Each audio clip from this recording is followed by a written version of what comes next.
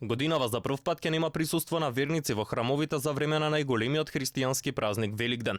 Македонската православна црква Охридска архиепископија уште пред 10 дена соопшти дека нема да го прекине литургискиот живот, затоа што тоа е идентитет и суштина на нејзиното постоење, но ќе се прилагоди на ново настанатите услови, почитувајќи ги донесените мерки за заштита.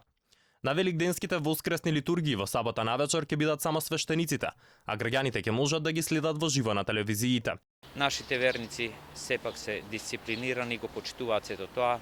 Можете и сега да забележите оние кои што доаѓаат со заштитна опрема, маски на своите глави.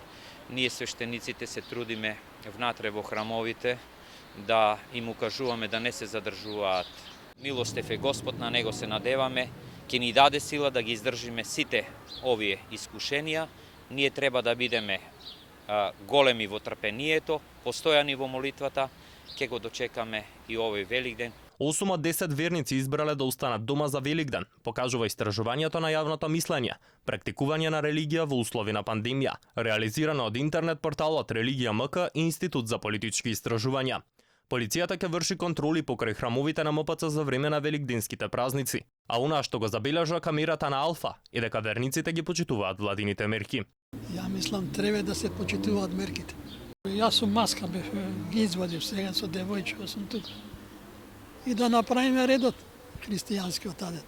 Треба се пуштат луѓето, кој ќе остане нека остане, кој ќе оди нека оди, одредува некој друг.